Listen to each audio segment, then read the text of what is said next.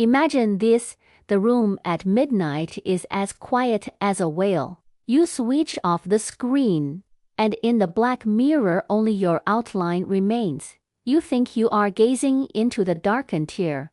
In a flicker, you realize the dark is gazing back. It isn't frightening, it is calm, patient and impartial, watching every time you run. You scroll, you overwork, you rationalize your feelings. You paint everything with positivity, as if dosing the abyss with a sedative. But the more you try not to look, the closer it presses to your skin, a second layer of shadow that follows you into elevators, meetings, intimacy. What is it you fear, the abyss, or the self exposed when there is no abyss left to hide behind? You say you want growth, but how far do you allow yourself to grow? Only to the safe zone where praise is guaranteed, or to the frontier where you may be misunderstood, isolated, swallowed by the parts of you you don't yet know. You say you want to be yourself, but which self, yours, or the performance that has been rewarded 1,000 times? You believe in free will, yet you wait for permission before each decision. You hate emptiness, yet you cram every minute with noise. You are a kindness, yet you treat anger like trash to be taken out. Discipline is armor, wilderness a restricted area, sensitivity is called too much. Indifference is applauded as mature. Are you living or just managing risk? If the abyss is everything you refuse to admit, desire, envy, revenge, meaninglessness, the record of your failures, the strange tenderness for the void, then isn't your silence toward it exactly how it controls you? The more you deny it, the more it chooses for you. The more you polish the surface, the more it reaches out at the critical moment. What we call normal, could it be a recommendation from culture's algorithm? What we call light, could it be only the brightness you select to be accepted? You fear falling, but perhaps what truly pulls you down is the respectable rope you're clinging to. So the ultimate question isn't how do I avoid being swallowed by the abyss, but this: when the abyss looks into you, will you dare to return the gaze and in that second, recognize who you are? Turn the light down a little, weary about to dissect those eyes. You think the abyss is out there, but it lives inside your structure. You says you wear the persona to purchase a sense of order, and behind that mask the muted drives, fears and shame coagulate into the shadow. The more you shove them into the basement, the more they slip back into reality through rejection. The colleague you despise looks exactly like the self you refuse to admit. The society you criticize wears the face you refuse to face. The shadow isn't evil, it is life force starved too long. Lock it in the dark, and it will push the door open at your softest tower. From a philosophical angle, Nietzsche reminds you the root of life is will, not obedience. You misread will as aggression, so you switch to propriety and good behavior. Why at a deeper level you submit to the invisible commands of the collective like counts, performance spreadsheet, the gaze of peers. You think you chose safety, but you were enlisted by slave morality, dressing resentment as kindness and renaming timidity as reason. Schopenhauer is harsher: the world is the blind surge of will. Suffering isn't accidental but the default. Detour around it and you'll meet it head on elsewhere. Search hence you the blade, existence precedes essence. You are sentenced to freedom. Fleeing choice is bad faith. Movies foy. You say there is nothing I can do, while renewing the contract of your fate with every silence. How do the psychological mechanisms work in secret? When early attachment features teach you to over-adapt, you lock sensitivity into coldness and throw anger to self-blame. When the unaccepted past dwell too long in the dark, they return as symptoms: procrastination, binge eating, perfectionism, compulsive shopping after the void.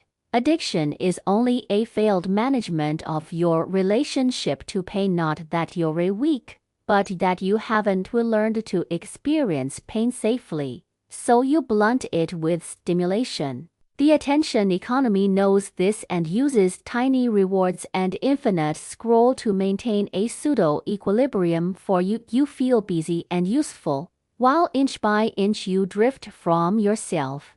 How does culture carve your normal? Family teaches don't cause trouble. School teaches there is a standard answer.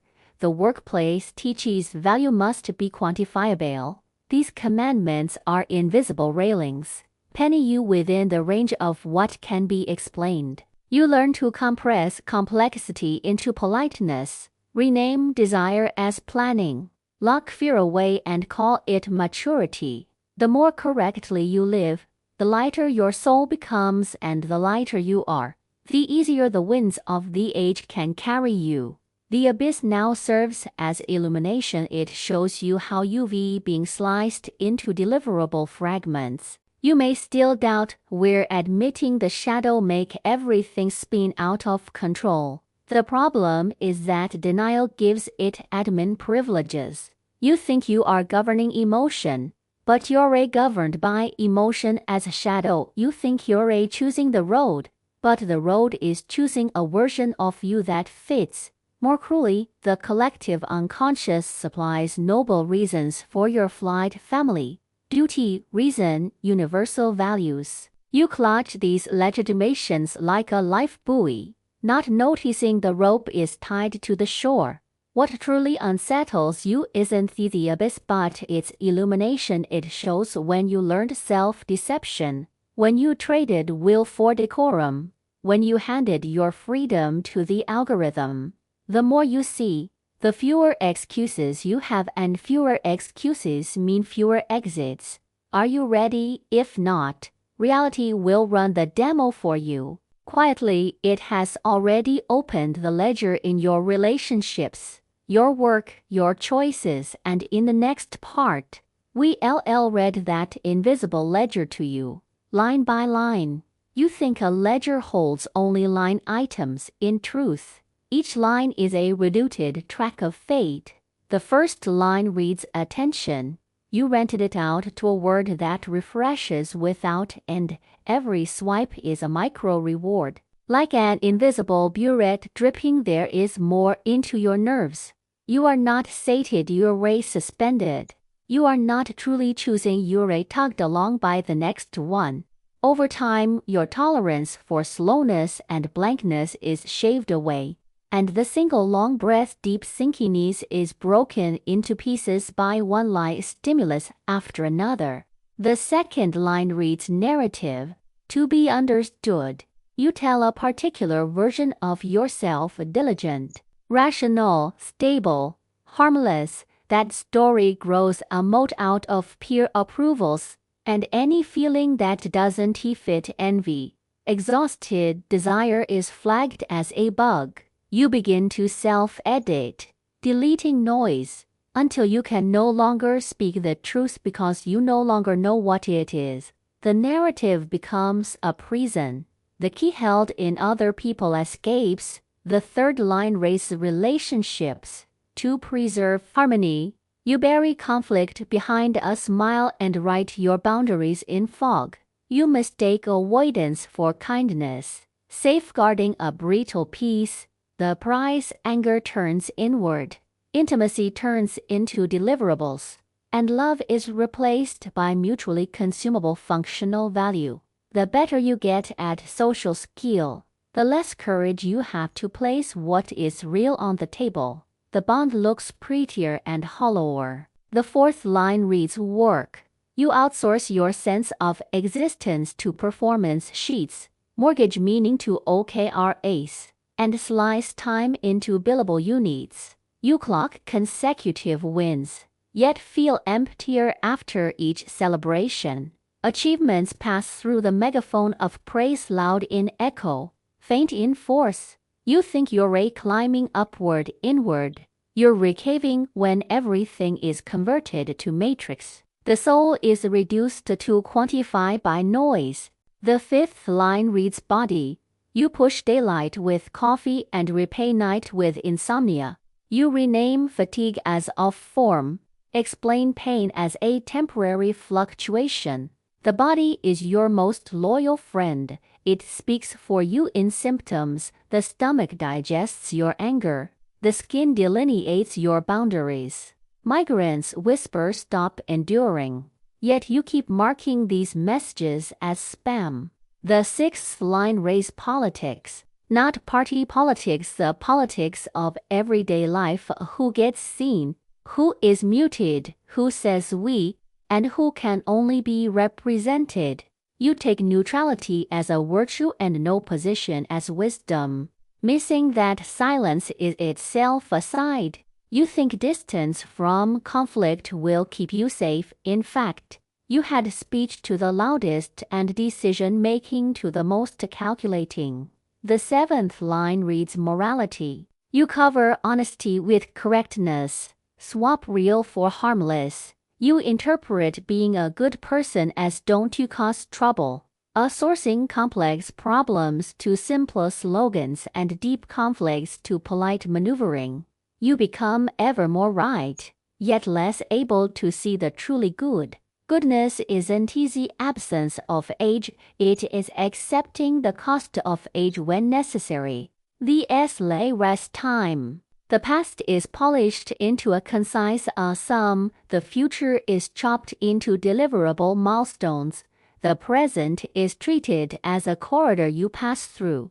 In the widest room of your life, you only transit. To be present requires pause, vulnerability, and permission to fail, precisely the three things your optimization system classifies as waste. You have never been so busy and never so empty. The ninth line reads freedom. You hustle among options yet rarely question who wrote the frame of choices. You navigate inside right answers, forgetting many questions never had one.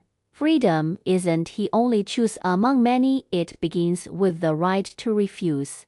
When you afraid to refuse, every agree shrinks your world a little more. See, these consequences are not cataclysmic, they're low-grade fever. Quietly resetting your thresholds, your sensitivity to meaning goes down, your tolerance for void goes up, your appetite for the real wins, your addiction to respectability deepens. The worst part isn't you falling, it is that you stop caring whether you are falling.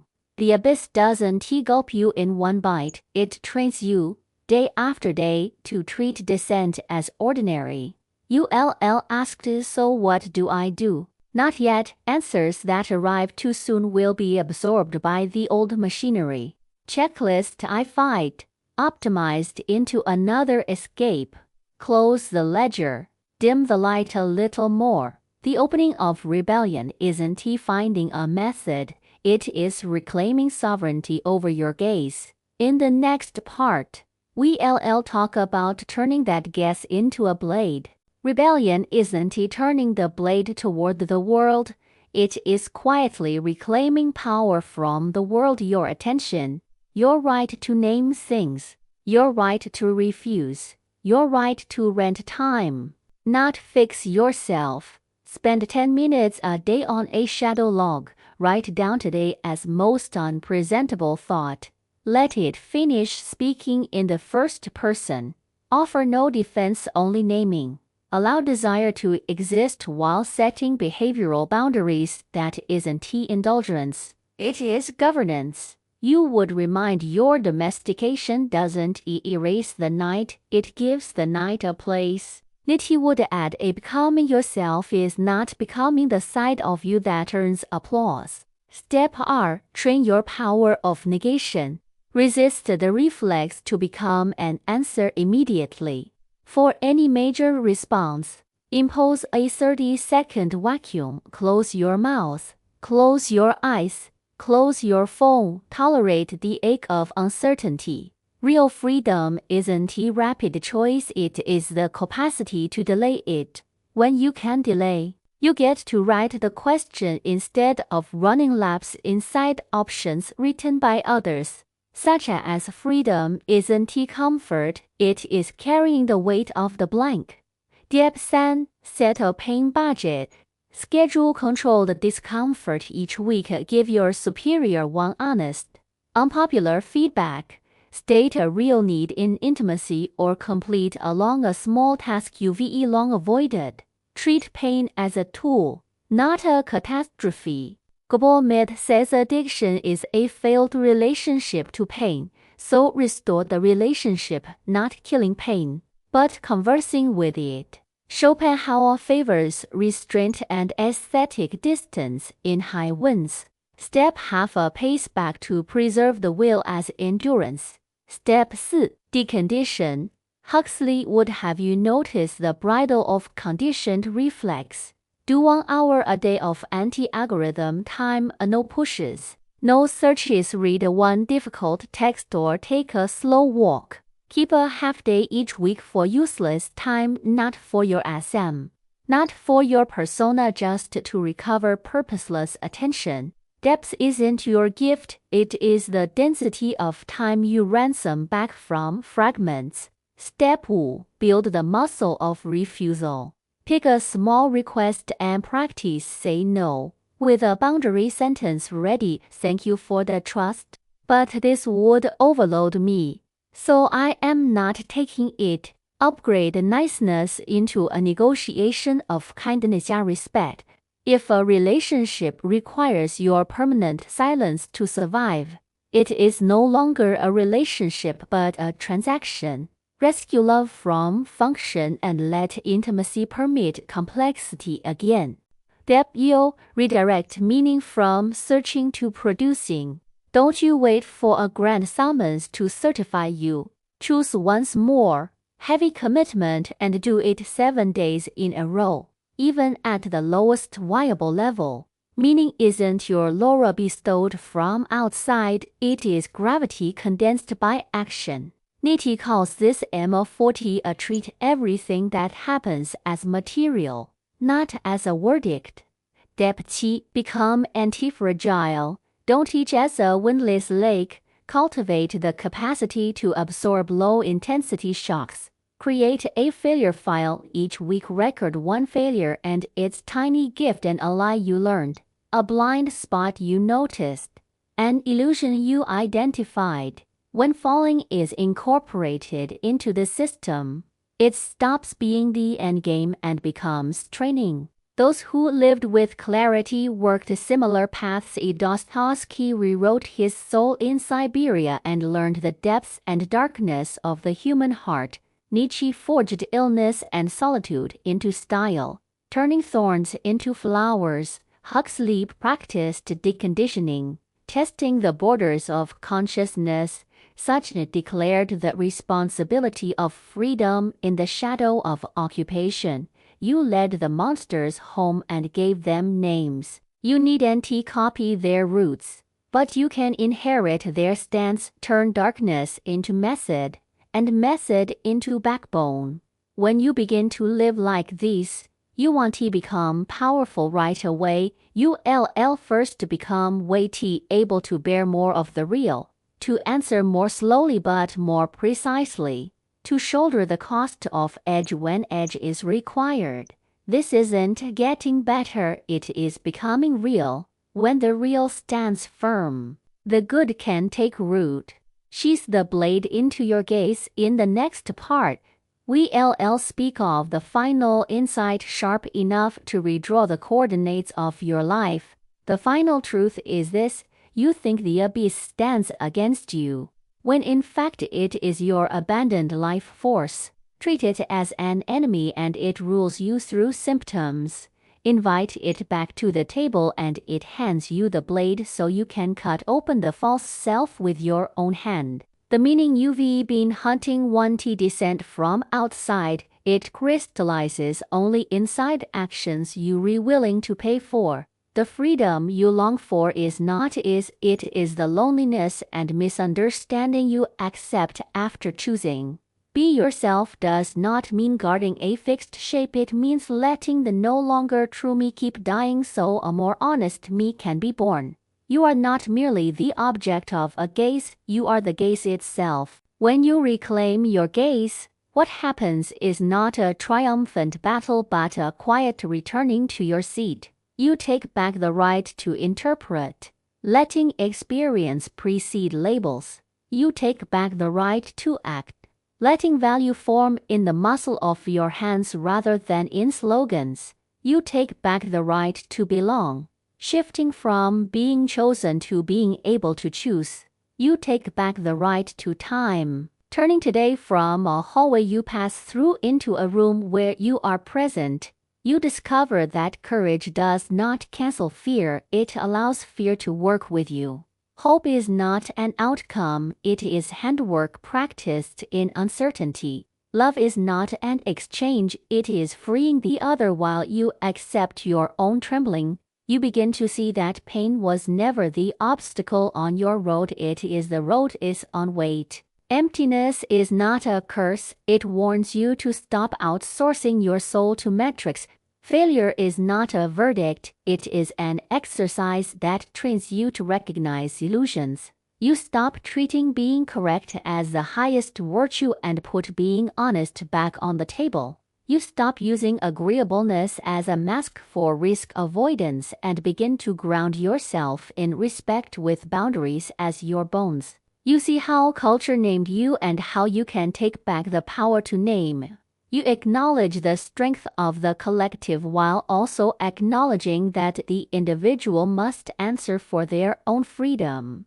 Only now do you understand the abyss isn't asking you to jump, it's asking you to grow a vessel that can hold both light and dark, order and chaos, desire and discipline. The sign of real maturity is not ever-increasing calm, it is the capacity to act in the eye of the storm. It is not greater smoothness, it is keeping your edges when they are necessary. It is not becoming more likable, it is becoming more trustworthy. You no longer chase a crack of this life, you maintain a repairable life, and allow the cracks to let the light through.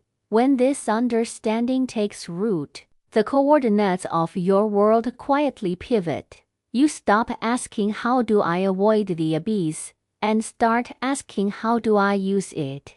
You stop asking when will life have meaning, and start asking what unglamorous but real act can I do now. You stop asking what will others think, and ask does this make me more whole. Again and again you return to the black mirror to confirm your gaze has sent it being stolen by outside noise. In every moment that calls for a stance, you accept the cold silence that may follow. In intimacy, you name your real need even if your voice shakes. Let the ending play like a film. The lights dim. You stand at a threshold behind you, the familiar safety zone before you. A night with no signposts. A wind rises from the end of the corridor, carrying the scent of the unknown. You breathe in deeply and stop asking the universe for road signs. Stop asking others for permission. You draw your gaze out of the dark, grip it like a blade, and take the first step. You will fall and you will rise. You will be misunderstood, and you will see more clearly. When the first light of morning climbs over the window ledge, you'll realize you did not defeat the abyss, you learned to walk beside it. And from this step, at last your life truly begins.